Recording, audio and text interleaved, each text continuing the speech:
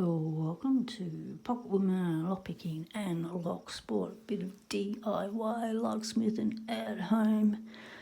Back at the Whitco Deadbolt. Had a query from a commenter asking what size hex bolt Allen key was used for the head. Well, first of all, before we can get into that, we have to get to the head.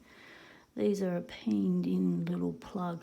You can try and pry these little beasties out, but they are wedged in as tight as once they get press fitted in, they sort of get grabbed at the other end around the side and they don't come out. But what I found is that the Whitco has a face plate. So I just went in gently, if you don't want to cause too much, any scratches or anything, just around the side, just little taps and just pry that face plate right off.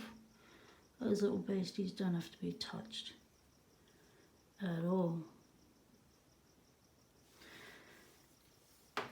So then we need to do is get the correct hex key.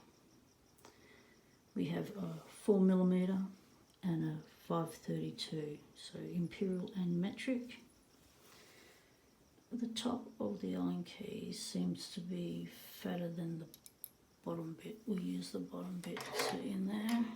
We work those in. You have a feel which one is more snug.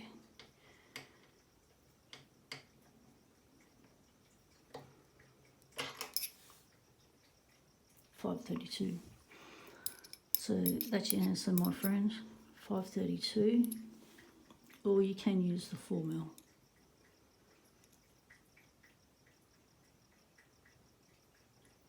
Thanks for watching, everyone. Comments, questions, leave them below. Do my best to try and answer all of them. Stay legal. Temptation is everywhere.